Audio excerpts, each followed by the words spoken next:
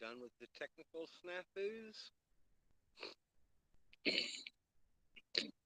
Because I really have to wonder if that's something to do with the weather conditions out here tonight around the building, or if it's to do with how many frickin' people we've got here at the casino tonight.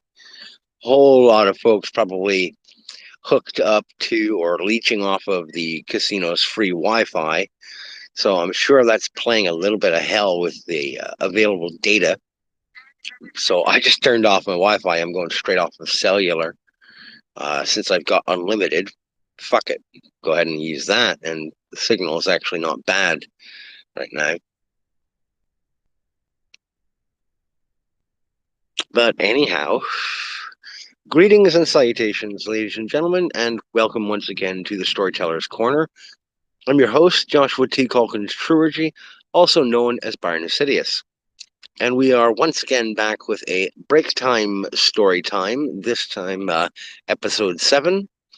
Hopefully we'll be able to continue on and complete the reading of chapter 6 of A Midwestern Yankee in King Ovin's Court, which is the first of the Kathy Potts fantasy novels, written by yours truly. This book was first published back in 2013, and it is available in trade paperback format at any number of different online book retailers, whether it be Amazon, Barnes & Noble, Kobo Books, Thrift Books. There are numerous other outlets that you can locate and purchase this title from. If you don't want to hear my voice telling this story and you'd rather have the entirety of it in your hand at one time, then I would appreciate the patronage if you choose to make your purchase selection of this novel. You have my tremendous thanks if you choose to do so. Anyhow, last we had left off, Kathy had been en route to being guided into the central court to meet with King Ovin, the king of Ammermit's kingdom, or rather, the sovereign of Ammermit's kingdom, and the man to whom Daguerreau directly answers, who has summoned Kathy to come before him in his court. And when we left off, she was standing outside of two rather sizable doors, flanked by strange frogman-looking soldiers, smelling of vinegar and powder. And she could feel an immense magical presence beyond the doors. We pick up there where we left off.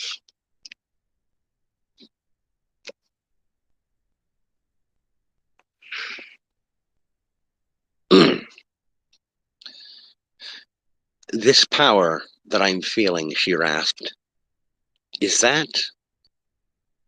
Yes, it is King Ovin, Daguerreau said. He narrowed his eyes, a growl coming low from his throat.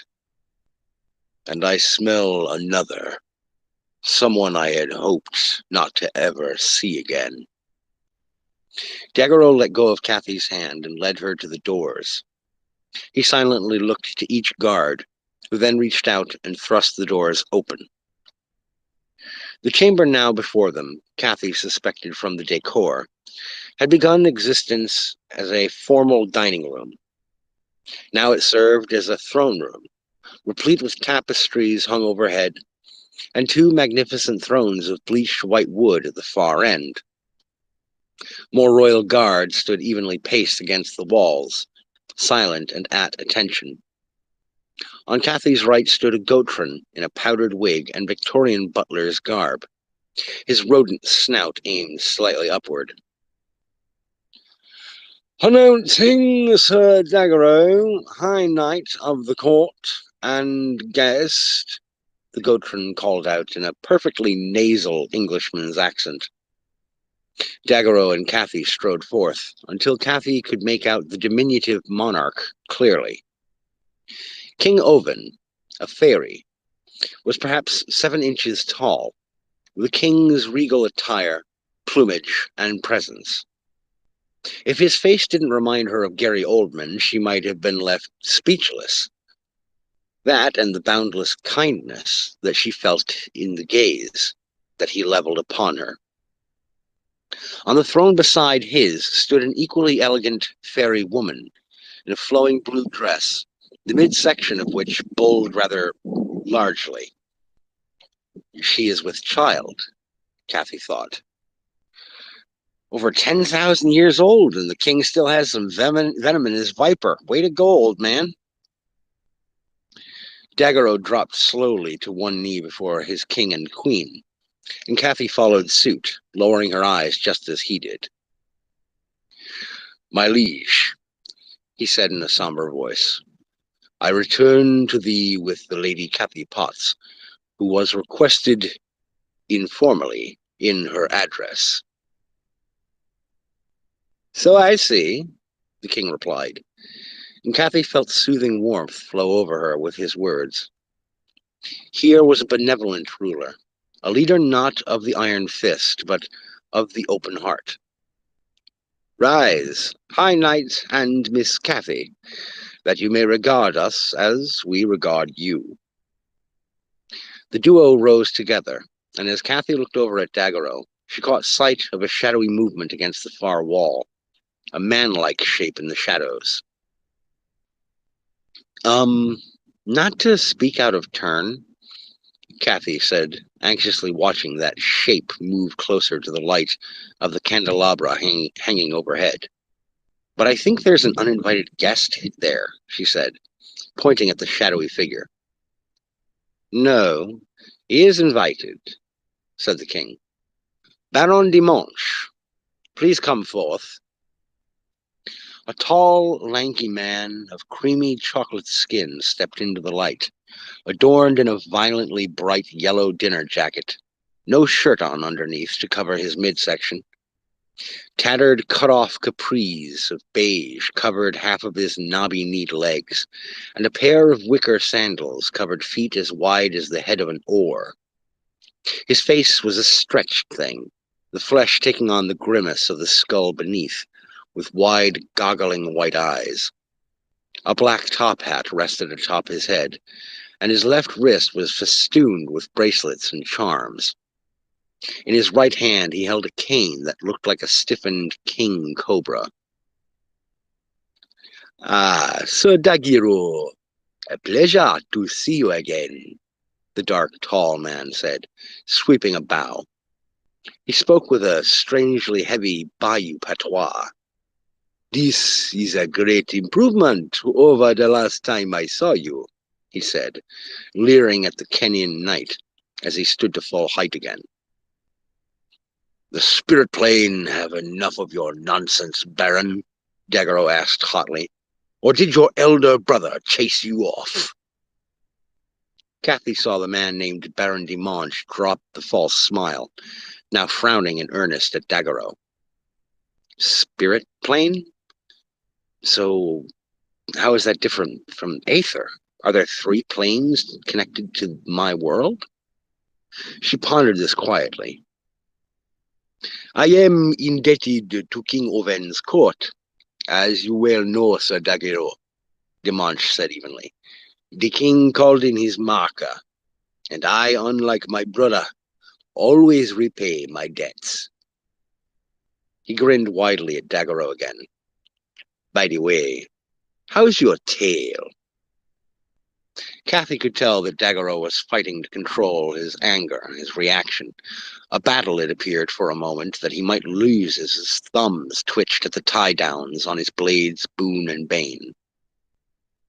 Baron de Monch, the king snapped, his power rippling visibly through the air. Kathy no longer felt safe and assured, but rather terrified. She sensed that if he wanted to, King Ovin could blast flat half the city and everyone in its path. Even Baron de Monch seemed properly chastised, shrinking back, clutching his cane in both hands. You will be respectful in the presence of this court, make amends to Sir Daguerreau at once. Pray, give me pardon, Sir Daguerreau, Dimanche said softly, bowing his head to the Kennan. So it is given, Daguerreau replied genially. Excellent, said the king, once again giving off that soothing aura. Kathy thought she could detect the hint of cinnamon coming from Dimanche, and something like lavender from the king and queen in terms of aroma. This second was rather lovely to her. Now, Miss Kathy, I address all, but I speak directly to you. You are now awakened due to the after effects of a wave of wildfire. When your soul came in contact with the residual combination of the wildfire and a twinning's energy, your own innate powers were given life. But something unexpected and rather rare occurred as well. The king let silence fall, and Kathy could see from the attentiveness in Daguerreau and Dimanche's eyes that this was new information to them. The king continued. That contact also spawned in the ether plane a talisman, or a shadow, of you in your awakened state, said the king.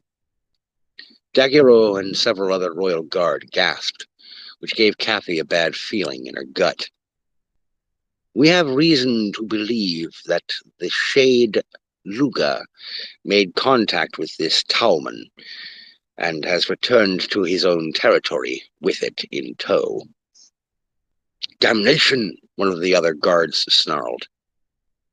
Sir Bellic, please, said the queen gently, her voice even and melodious. Husband, please continue. Thank you. For the last week, Luga's minions have been seen throughout the provinces and in neighboring kingdoms and territories, causing trouble as always, but they are believed now to be searching for something. And I believe I know what they're searching for as well. Daguerreau brought his right hand over his heart, and the king inclined his head toward the Kennan. My liege, do you suspect that he's trying to find the fragments of the great door? Yes. The room filled with hushed conversation, which the king allowed for a moment. He floated on translucent blue wings over his throne then, hands raised outward in a calming motion. All here within this chamber know where the 5 fragments were dispersed to of the great door. All here also know that the magic of a talisman could be used to fuse them together again and open the way through that door. What must be done now is clear.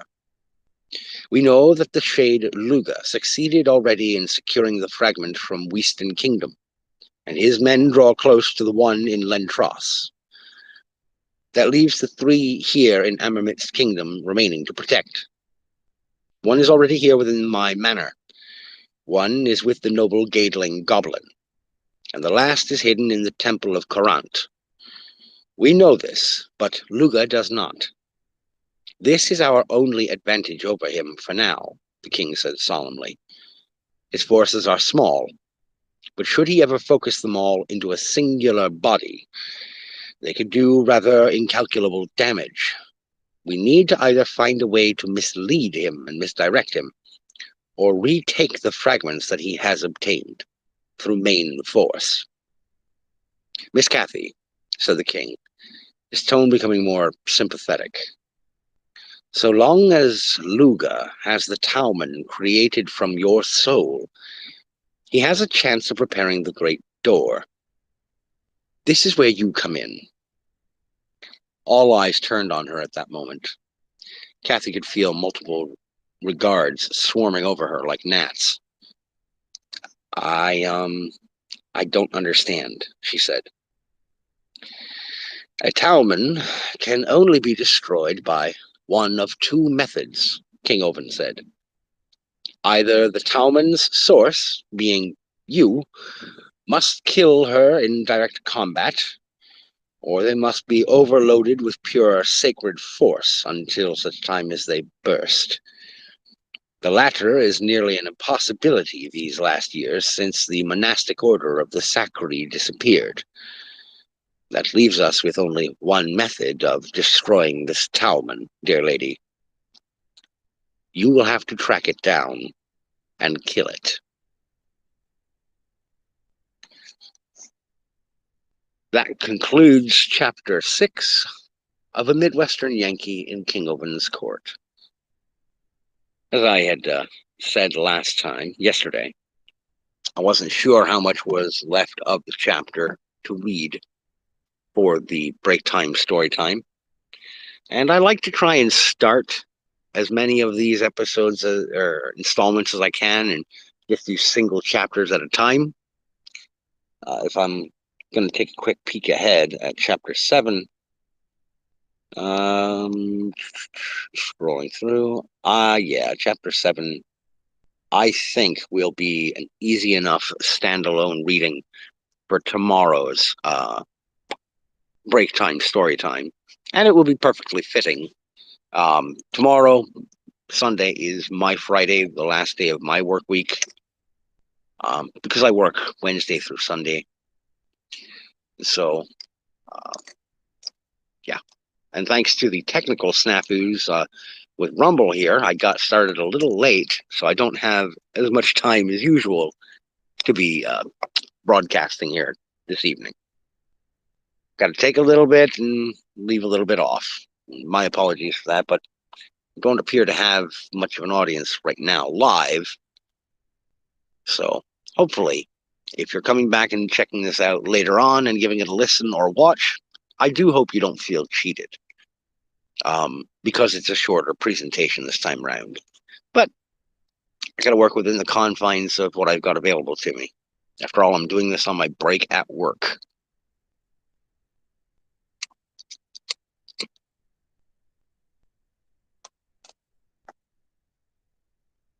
Now, I know plenty of folks who,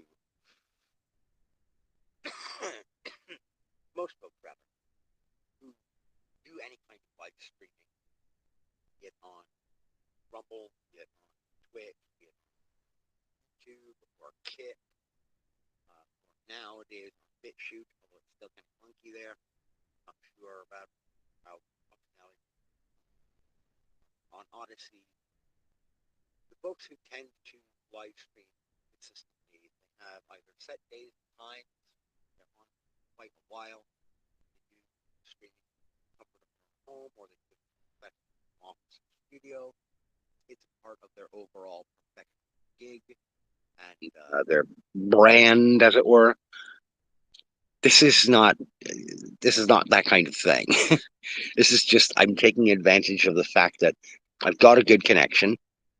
The Rumble Studio app seems to work fairly decent on my phone, and I've got 30 to 40 minutes on my breaks at work where I can hop on and do a short little stream. So it works, whether there's an audience or not. That seems to be kind of random. I don't mind. Makes no never mind to me. As long as I know that at some point someone will enjoy the story that is shared out to the audience. I am considering whether or not. I'll just say this as for clarification's sake. There won't be as many break time story times next week. There will only be one on Wednesday and Thursday because I've got personal time off from work coming up next weekend. My wife and I and the kiddos are going to be traveling to out of state in order to attend her cousin Tori's wedding. 6-hour drive. And boy, howdy, I'm not looking forward to that drive. But family obligations and promises were made, and they shall be kept as best as possible. I already put in for the time, so it's paid time off. And, her cousin did come to our wedding 7 years ago. So it's only good that we return the favor. and attend her wedding, which frankly we weren't even certain was actually going to happen. Um, much as we like Kevin, much as we like Tori's man, we weren't sure he was ever actually going to finally pop the question. They've been living together for a few years, but it was like, come on, what are you doing, man? Are you putzing around? Are you going to close the deal? What's going on? But he finally did, and so huzzah! Here we are, a year after the initial proposal. We will be going and attending their wedding in eastern Wisconsin, almost right on the border with Illinois. So we're practically traveling almost 2 states over, which shouldn't be that long a trip, you might think, since we're in the great Midwest. But because of the way we got to wind down and through and around to get there, we're looking at a 6-hour drive, which should be fun. Thankfully, my wife and I both have mobile hotspot available on our phones. So my sons, they're not generally great with extended car rides, especially if it's more than an hour in the car. They get real finicky. But we'll be able to give them each their tablet. Well, Dennis might not even bother with his. I might be able to give him a couple of his Paw Patrol books, and he'll peruse through those for a while. Though he may eventually end up switching over to the tablet anyway. But we'll have the mobile hotspot for that, and that'll make that easier. Plus, the little one, our little 15-month-old, I guarantee she'll probably sleep through most of the trip, which will make it easier on us, in terms of that. Having to stop every couple hours just to change her diaper, and the younger boy change his pull over to let the older boy out so he can hit the bathroom along with myself and my wife, grab snacks, drinks, and everything on the road. Haven't done a longer trip like this in quite some time. It's part of the reason I'm not looking forward to it. It's not the actual event itself that is making me uneasy. It's the travel. It's any extended period of time cooped up in a vehicle, I tend to get real finicky. It's not going to be, but I don't know why I'm blathering on about my personal life. That's not why people tend to ever listen to me for any of these kinds of shows. That's not who I am. It's not what I do. Good goddamn, Daryl! I've got this thing lowered, like turned all the way down for volume, and he's still blasting in my frickin' ear. I like Daryl, but he's got to quiet down. Jesus. Am I ignoring chats? Okay, there are no chats. Never mind. Just wanted to check in and see. But time for one more smoke before I got to dip back in.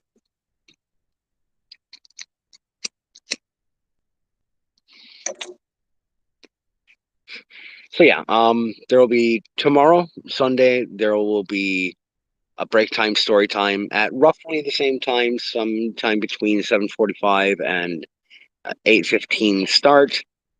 Sometime in that half-hour window is when my breaks start, and then it'll run for 30 to 40 minutes. And we'll proceed further with the reading from A Midwestern Yankee in King Ovin's Court. And I will be coming back again on Wednesday and Thursday for further presentations on the break time story time.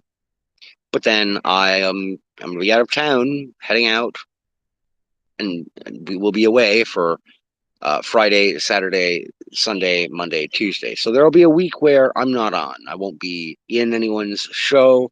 I won't be doing any shows myself or uploading any videos. I'll pretty much be unavailable during that time. So that's just kind of letting folks know what's going on in the near future.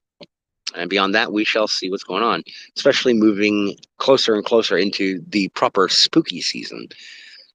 I am primarily a fantasy author and a horror author, so trust me, I loves me some October Halloween time stuff. And Maybe I'll parse through my Amelia City horror stories, my short stories, and see if there's any of them that might make for a nice short interruption in the process of reading to you folks from the Midwestern Yankee and King Ovin's court. Um, yeah, maybe one or two standalone stories just to be in the theme of the spooky season. Anyhow, ladies and gentlemen, I'd like to thank you for tuning in. Thank you for listening. I ask that you take care of yourselves, and as always,